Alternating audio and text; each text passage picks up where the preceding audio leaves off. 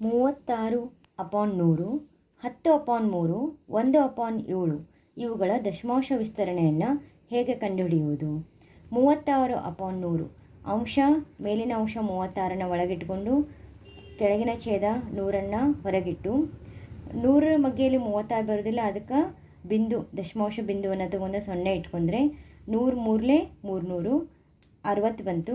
ಮತ್ತೆ ಒಂದು 0 ಇಟ್ಕೋಬೇಕು, 100 ಮಗ್ಗೆಯಾಗ 60 ಬರೋದಿಲ್ಲ ಅಂಥೇಳಿ 100 600, ಶೇಷ 0 ಬಂದಾಗ ಏನು ಬಂತು? 36/100ನ್ನು ದಶಮಾಂಶದಲ್ಲಿ ಬರೆದಾಗ 0.36, ಇದು ಅಂತ್ಯಗೊಳ್ಳುವ ದಶಮಾಂಶ. ಇದು ಒಂದು ಭಾಗಲಬ್ಧ ಸಂಖ್ಯೆಯಾಗಿದೆ.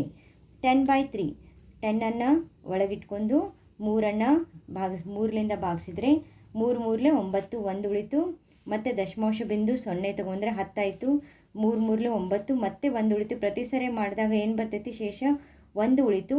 ಒಂದೇ ಅಂಕಿ ಏನಾಗ್ತಾ ಇದೆ? ಇಲ್ಲೇ ರಿಪೀಟ್ ಆಗ್ತಾ ಇದೆ. 3.33 ಡ್ಯಾಶ್ ಅಂದರೆ ಏನು? ಇದು ಕಂಟಿನ್ಯೂ ಆಗ್ತಾ ಇದೆ ಅಂಥೇಳಿ. ಆದ್ದರಿಂದ 3.3 ಬಾರ್ ಅಂತ ಯಾಕೆ ಬರ್ಕೊಂಡೇನೆ ಅಂದರೆ ಈ 3 ಅಂಕಿ ಏನಾಗ್ತಾ ಇದೆ?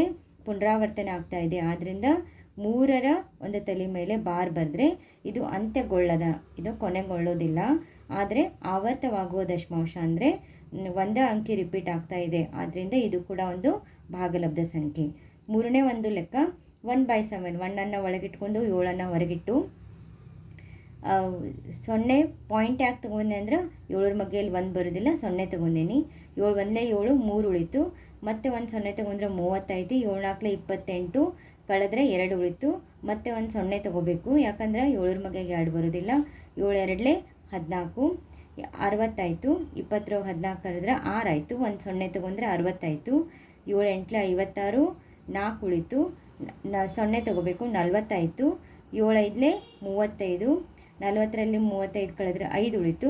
ಮತ್ತೆ ಒಂದು 0 ಇಟ್ಕೋಬೇಕು. ಒಂದು ದಶಮಾಂಶ ಬಿಂದು ತೊಗೊಂಡ್ರೆ ನೀವು ಒಂದು 0 ತೊಗೋಬೋದು ಪ್ರತಿ ಸರ್ತಿ. 7 7 49. ಎಲೆತನ ಲೆಕ್ಕ ಕಂಟಿನ್ಯೂ ಮಾಡಬೇಕು ಅಂತಂದ್ರೆ ಇಲ್ಲಿ ಮೊದಲೇ ಅಂಕಿ 1 ಬರೋ ತನಕ ನಾವು ಲೆಕ್ಕ ಕಂಟಿನ್ಯೂ ಮಾಡಿದರೆ ಇಲ್ಲಿಗೆ ನಾವು ಲೆಕ್ಕ ಸ್ಟಾಪ್ ಮಾಡೋದು. ಮತ್ತೆ ಇದೆಲ್ಲ ರಿಪೀಟ್ ಆಗ್ತದೆ.